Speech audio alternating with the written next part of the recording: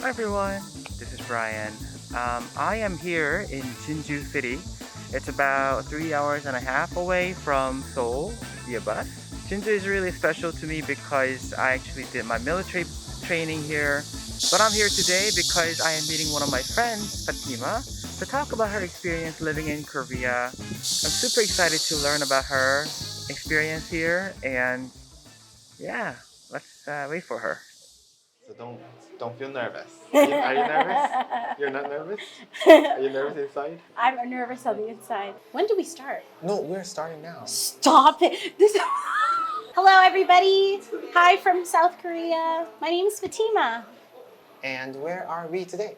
Well, we are in my lovely city, Jinju, Gyeongsangnam-do. Yay. First of all, how would you describe Jinju? Definitely, my experiences in Jinju are marked with three words. It's homely, it's dynamic, and it's so relaxing.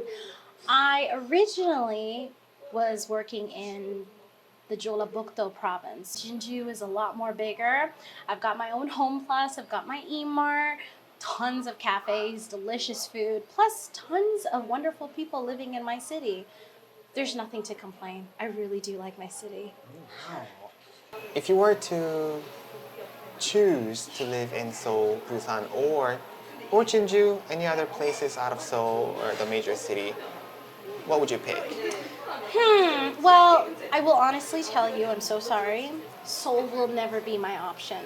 I grew up in a big city, Toronto, Ontario, Canada, so I know the life of a big city, and Seoul doesn't fit the bill as a place that I would want to live day in, day out.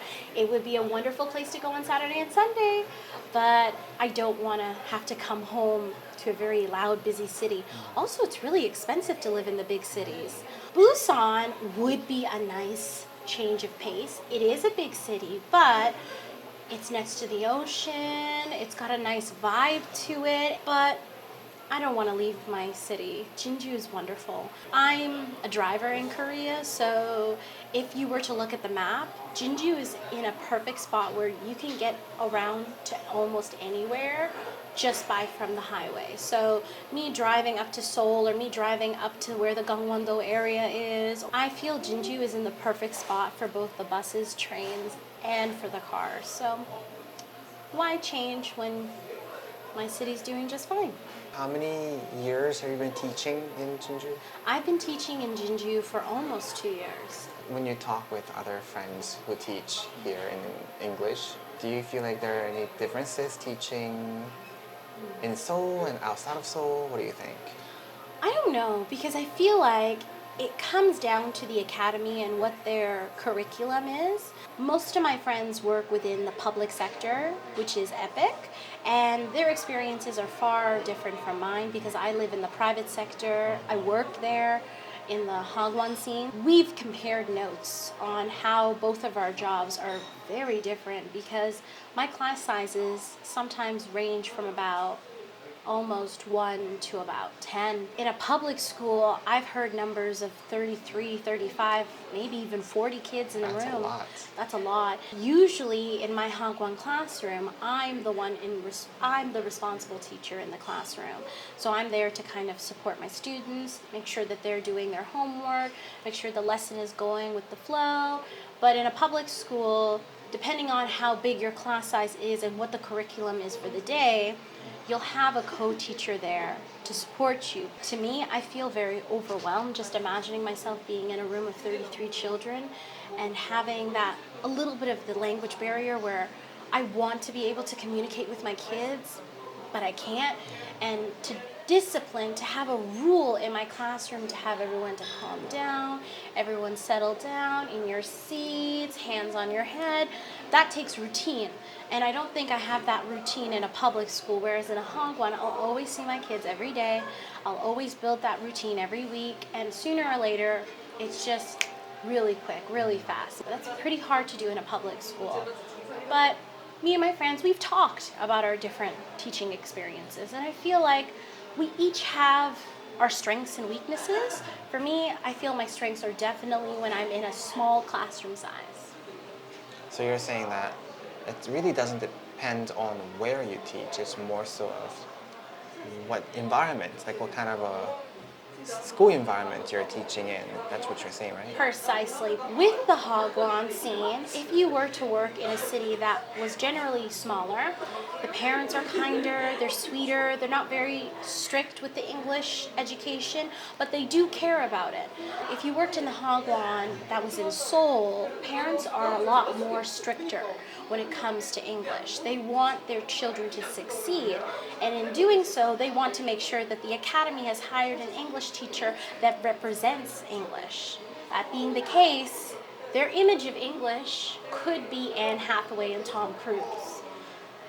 I'm not Anne Hathaway and I'm not Tom Cruise. So if they were to see me, their initial bias could be that I don't have enough English in me to teach their children, and that could result in me not having to be able to work in their academy. With the public school, it's government run. They're not going to discriminate based on how I look. They're going to look at where my credentials are, they're going to look at where I come from, and they're going to place me into a school within the country. In a Hagwon, if they don't like what they see and they feel like the parents are not going to like what they see, well, they're not going to hire you. It's something to consider, especially if you're part of the minority group. How about living arrangements? So like when you came to Korea, did you have any certain expectations or? I honestly will tell you the one thing that I expected from my apartment was a working AC. I truthfully just wanted an AC that worked no matter what season, no matter what day. Yeah. I just wanted it to work. Living in a city though, I did want a city that had an accessible grocery store, a bank for me to go to. It wasn't very picky. I don't care about clothing shopping. If I want to see or explore, I can do that on my weekends. Get out of the city, go see what I need to see, and then come back for Monday morning. I think I just wanted to start a new journey. This is my first country being away from home, so I just wanted to be able to live in comfort. I wanted a nice clean apartment, and I also wanted an AC that works, so what more could I ask for? If there's one difference that really sticks out to you other than the crowd and the population between Seoul and outside of Seoul, what would you pick?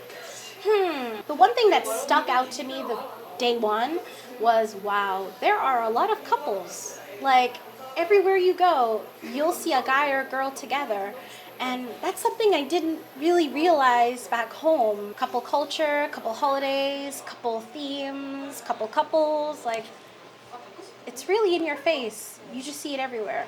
Another thing is I've seen a lot of flower shops living in Korea, and I didn't really realize why we had so many flower shops. But then once I put it two together, like holidays, family get-togethers, husband and wives, boyfriend and girlfriends, it made sense that flowers would be the perfect gift to give to your loved one. They're everywhere. They're in the subway. They're on, they're next to the shopping malls. And I guess the last thing is the amount of cafes that you will find everywhere. Any themed cafe you can imagine. We've got Harry Potter themed cafes. We've got the Studio Ghibli themed cafes. We've got cafes that are just themed in color, themed in like texture, like cartoon themed cafes. I don't have this many cafes back home, and to see it in Korea is just outstanding. Like, there's just so many of them everywhere. Would you say that it's the same in the small towns and cities? Oh, most definitely. Like, I feel like the small towns actually care more about their cafes. For those who are thinking about living outside of Seoul, what kind of advice would you give them? Please give the cities outside of Seoul a chance. I know everything you hear about Korea is Seoul this, Seoul that. And of course, if you haven't lived in the big city, I understand your love for wanting to start your first year in Korea in Seoul. But there are a lot of cities all across Korea that can give you everything that you need and want. You just have to take a chance to research them. Yes, Seoul is a wonderful city, but maybe it'll be really hard for you to feel comfortable. Maybe it'll be really hard for you to make friends. The bigger the city, the harder it is for you to get to know people. But the smaller the city, the more fast you can kind of like, hey, you're the foreigner. Hi, I'm the foreigner. let's be friends. It's really, really easy for you to make friends in a smaller city because you see each other all the time.